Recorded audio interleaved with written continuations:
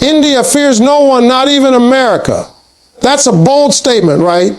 But let me break it down to you, because this ain't just words. This is history, this is truth. This is power rising right in front of our eyes. See, for too long, the world has been trying to put India in a box. They called it a developing country. They called it a follower. They called it the underdog. But today, India is standing up and saying, you don't get to define me. I define myself. And that's the kind of confidence that rattles the whole world, especially when the biggest superpower hears it. Because when a nation of 1.4 billion people, full of talent, full of ambition, full of determination, stands up and says, we fear no one, then everybody has to pay attention. Now let's talk real. Fear has been the world's biggest weapon. Empires ruled through fear. Colonizers thrived on fear. Even America, yes, the most powerful country, runs on a system where fear is often the bargaining chip. Fear of sanctions, fear of isolation, fear of military power, fear of economic dominance. But when a country like India, with its size, its history, and its future, looks that straight in the face and says, try me, that's when the balance of power starts to shift. Because fear doesn't work when you're dealing with someone who's already been through the worst. India has seen colonization, it has seen partition, it has seen wars, famines, economic struggles, global dismissals. But every single time it has risen stronger. And when you've lived through centuries of challenges, what exactly is left to fear? America? No, because America is just one more challenge, and India is built for challenges. Think about it. For decades, America has been the global referee, deciding who gets respect and who doesn't, who gets punished and who gets rewarded. They told countries what to do, how to act, and when to bow down. But India ain't bowing down. India said, we're not waiting for your approval. We'll build our own way. Look at what's happening right now.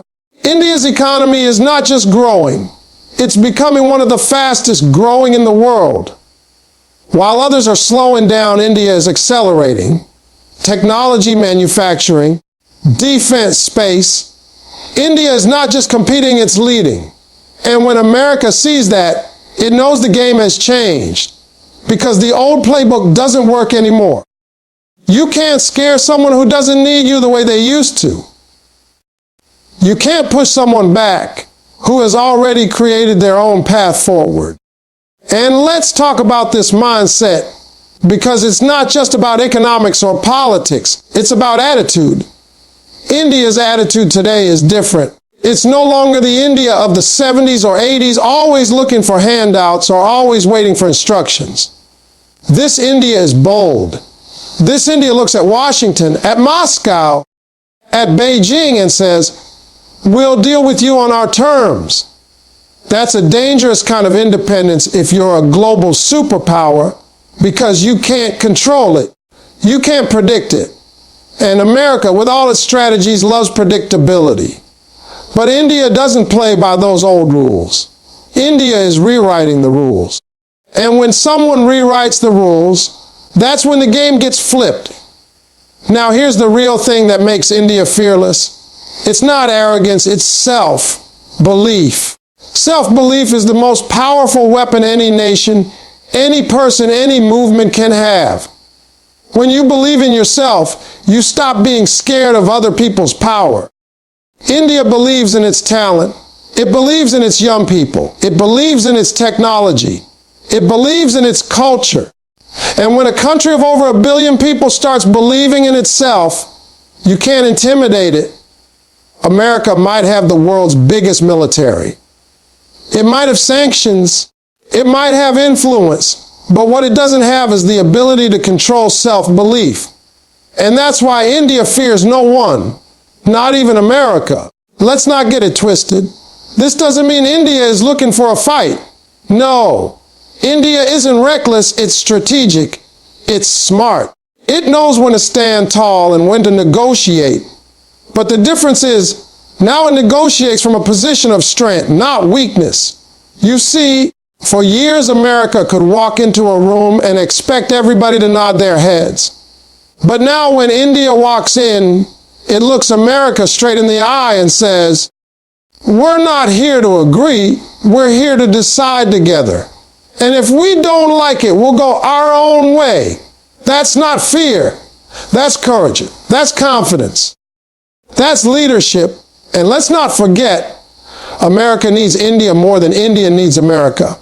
That's the part nobody wants to say out loud, but it's true. Why? Because in today's world, you can't isolate India. India is too big, too connected, too important. You need India in trade. You need India in technology. You need India in defense. You need India in global strategy. And America knows this. That's why they can't treat India the way they treat others. That's why sanctions don't work here. That's why pressure doesn't work here. India has options: Russia, Europe, Middle East, Asia, Africa. It can build partnerships anywhere it wants. So when America tries to put pressure, India just turns around and says, "We'll find another way." That's fearless. Now let's zoom out for a second. This isn't just about India and America. It's about the message India is sending to the entire world. India is saying, we're not scared of anybody, not superpowers, not rivals, not threats. We are our own force. And that message resonates. Smaller countries, emerging economies, they look at India and say, if India can stand tall, why can't we? And suddenly America's influence starts to weaken. Not because America is weaker, but because fear doesn't work the way it used to. That's what India represents, the end of fear-based power. And once that door is opened, there's no closing it. But let me tell you what makes this even more powerful. India isn't just flexing military strength, it's flexing soft power. Culture, movies, music, spirituality, food, yoga. India has become a global presence in ways America never imagined. When Indian culture travels across the world, it wins hearts, not just battles. And winning hearts is the kind of power you can't defeat with bombs or sanctions. That's why India fears no one, because it has power on every level. Hard power, soft power, people power, cultural power, economic power. You can't fight all of that at once. You can't intimidate that kind of presence. That's why even America, with all its might, has to acknowledge India's rise. Think about the symbolism. Not too long ago, people thought of India as a land of poverty, a land of struggle. Now they think of it as a land of opportunity, innovation, space missions, billion-dollar startups. That transformation is what makes India fearless. Because when you've rebuilt your image, when you've turned your scars into strength, you're not afraid of anyone trying to pull you back down. India has been there, and it climbed out. So what's left to fear? Nothing, not even America. And here's the final truth. The reason India fears no one is because it knows its power doesn't come from outside. It comes from within, from its people, from its resilience, from its diversity, from its unity. And when your strength comes from within, no outside force can take it away. That's the kind of foundation that makes you fearless. America might still be the most powerful nation on paper, but in reality, India is showing that power without fear is incomplete. True power is not about how many people you can scare. True power is about how many people you can inspire. And right now, India is inspiring the world. That's why it fears no one. Not even America. True fearlessness comes from knowing your worth, and India knows its worth like never before. For too long, India's worth was underestimated, not just by the world, but sometimes even by itself. Centuries of colonization had left scars, decades of economic struggles had left doubts, and years of being sidelined on the global stage had made others believe India was destined to be a follower, not a leader. But the story has changed. The narrative has shifted. Today, India looks at the mirror and doesn't see weakness. It doesn't see doubt. It doesn't see a country waiting for permission.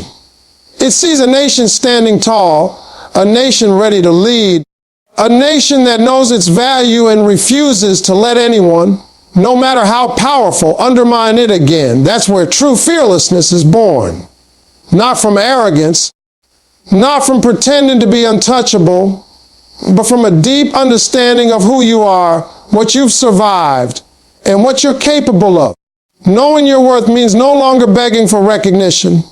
In the past, India was always placed in the category of developing nations, as if it was still waiting for the big players to open the doors for it.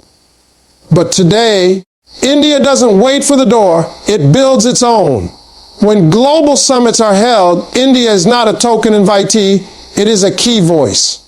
When trade deals are discussed, India is not a silent spectator, it is a negotiator shaping the outcome.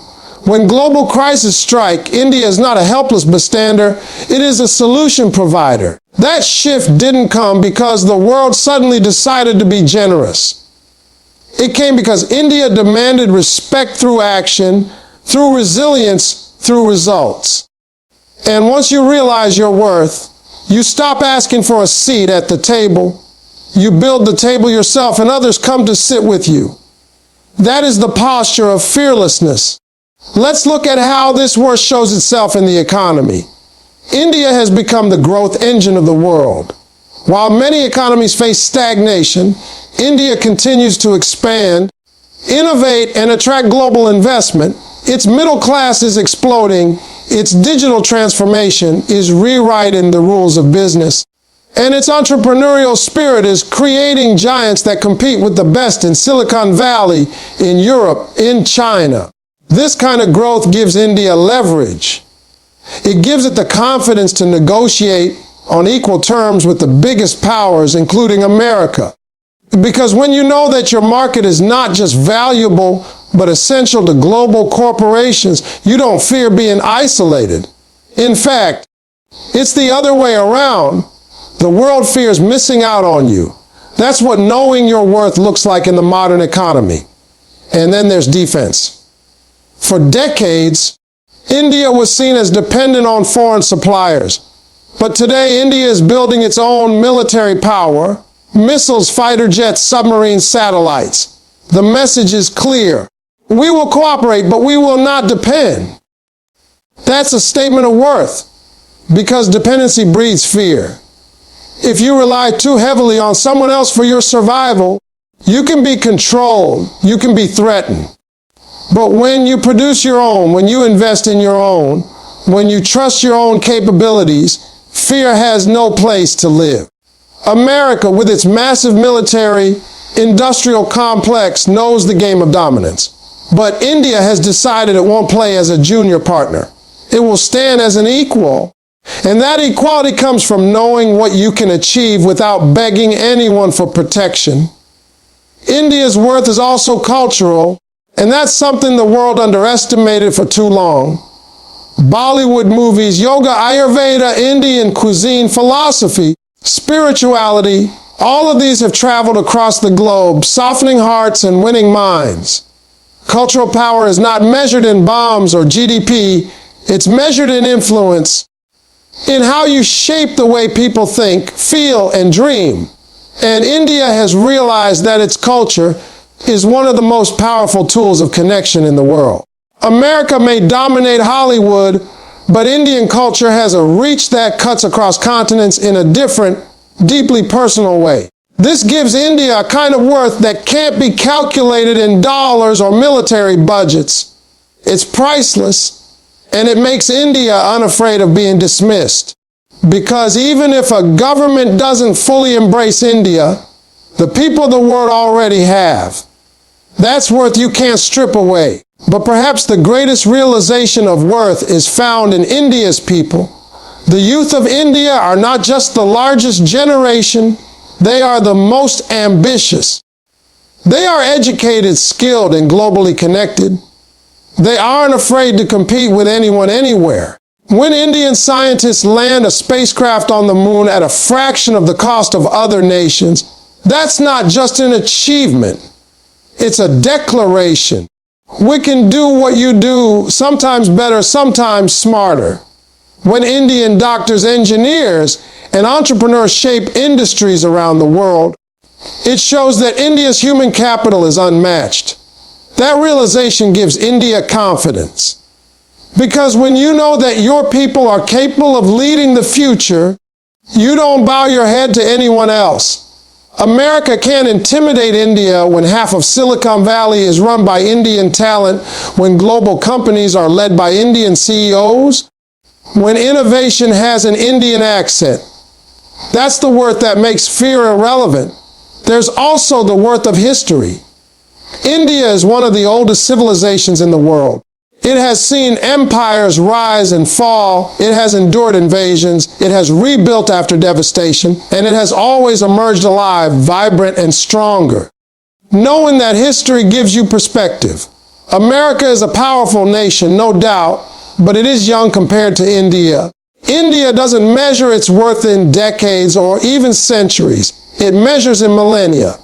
And when you've seen thousands of years of survival, one superpower, however mighty, doesn't shake your foundation. That's a kind of confidence America can't manufacture. Because true worth isn't just about where you are. It's about where you've been and where you're going. India knows both. Another layer of worth is independence. India has built a unique foreign policy that doesn't put it in anyone's pocket. It's not fully aligned with America. It's not fully aligned with Russia. It's not under China. It's its own axis. That independence is worth in itself. It means India doesn't fear losing one partner because it has many. It doesn't fear isolation because it's connected everywhere.